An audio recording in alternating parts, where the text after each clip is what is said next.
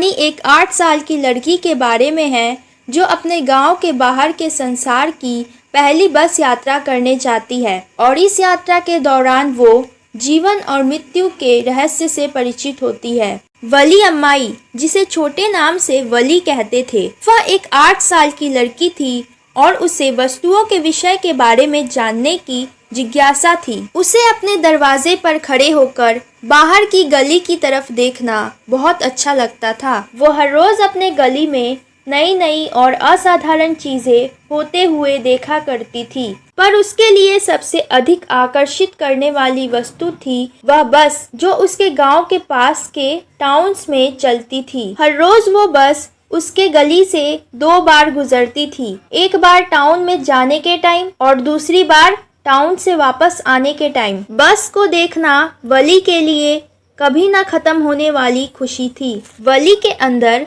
बस राइड करने की एक बहुत बड़ी चाहत थी, डिजायर था, और उसकी ये चाहत दिन बीतने के साथ और बढ़ती गई। इसलिए वली बस राइड करने के लिए प्लान्स बनाने लगी। वो बस में आने जाने वाले यात्रियों के बीच में हुए बातचीत को सुनती रहती थी और उनसे छोटी छोटी जानकारियाँ लेती रहती थी। उसने बस का किराया और उसकी टाइमिंग्स भी पता कर रखी थी। उसने ये भी पता लगाया था कि टाउन उसके गांव से 6 मील की दूरी पर है और एक तरफ का किराया 30 पैसे था और बस को टाउन तक पहुंचने में 45 मिनट्स लगते थे।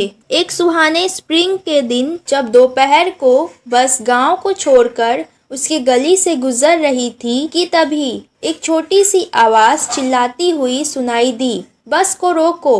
वो वली थी। वली ने कंडक्टर को कुछ कॉइन्स देते हुए कहा कि उसे टाउन तक जाना है। कंडक्टर एक खुशमिजाज और मजाकिया आदमी था, तो वो मजाक में वली को मैडम बुलाता है और सबको उसके लिए रास्ता बनाने को कहता है। वली को एक सीट दिखाई देता है और वो जल्दी से जाकर उस पर बैठ जाती है। वो बस नई थी जिसे व्हाइट कलर से पेंट किया गया था, जिस पर ग्रीन स्ट्राइप था। बस के अंदर उसके सिर के ऊपर के रॉड्स चांदी की तरह चमक रहे थे और सीट नरम और आरामदायक थी। वली के लिए सब कुछ आनंद से भरपूर था। वो बाहर के दृश्य देखना चाहती थी, पर खिड़की पर लगे पर्दों की वजह से वो ठीक से देख नहीं पा रही थी। वो सीट पर खड़ी हो जाती है और पर्दे के ऊपर से देखने लगती है। उसे खजूर का पेड़, घास का मैदान, पहाड़ और नीला आकाश दिखाई दे रहा था। तभी उसे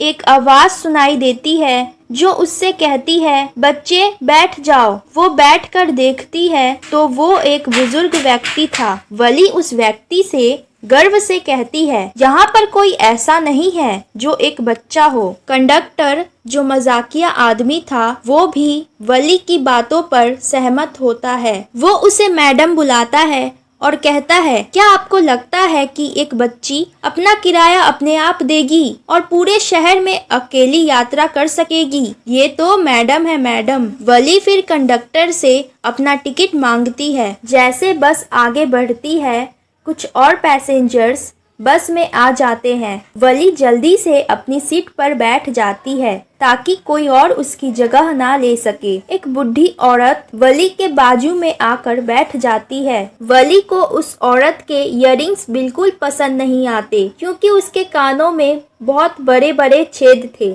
और यहाँ तक कि उसके मुंह से सुपारी की खुशबू आ रही थी। जब वो औरत वली से कहती है कि एक छोटी बच्ची को यूं अकेले बस में सफर नहीं करना चाहिए, तो इस पर वली कहती है कि आप अपने काम से काम रखो, मैं अपना ध्यान खुद रख सकती हूँ। वली फिर सोचती है कि उसने कितने मुश्किल से बस का किराया जमा किया था। उसने उन पैसों से पिपरमिंट, खिलौने, गुब्बारे ना खरीदकर पूरे 60 पैसे जमा किए थे अपने बस राइड के लिए। यहाँ तक कि उसने मैरी गो राउंड पर भी नहीं चढ़ा बस राइड के पैसे जुटाने के लिए। फिर उसकी अगली परेशानी थी कि माँ के जानकारी के बगैर वो घर से बाहर कैसे जाए, तो इसलिए उसने माँ के सो जाने का वेट किया और फिर वो बस राइड के लिए आई थी। फिर तभी अचानक एक गाय हवा में पूंछ उठाए सड़क के बीचों बीच बस के सामने भागती जा रही थी। ड्राइवर बार बार जोर से हॉर्न मार रहा था, पर वो डर के मारे और जोर से कूदती जा रही थी। वली खुशी से तालियां बजाने लगती है और वो जोर जोर से हंसने लगती है, इतना कि उसकी आंखों से आंसू निकल आते हैं। कि तभी कंडक्टर आकर वली से कहता है, बहन जी, क्या आप बहुत नहीं हंस ली? कुछ कल के लिए बचा लो तो बढ़िया रहेगा। एट लास्ट वो गाय वहाँ से चली जाती है। अब बस टाउन पहुँच गई थी। वली उस भीड़ भाड़ शॉपिंग की गलियों और चमकदार दुकानों को देख रही थी। फिर तभी कंडक्टर आकर वली से कहता है, मैडम, क्या आप उतरने के लिए तैयार हैं? आपके 30 पैसे आपको इतनी ही दूर तक लेकर आते हैं। वली फिर कंडक्टर को उसे वापस ले जाने को कहती है।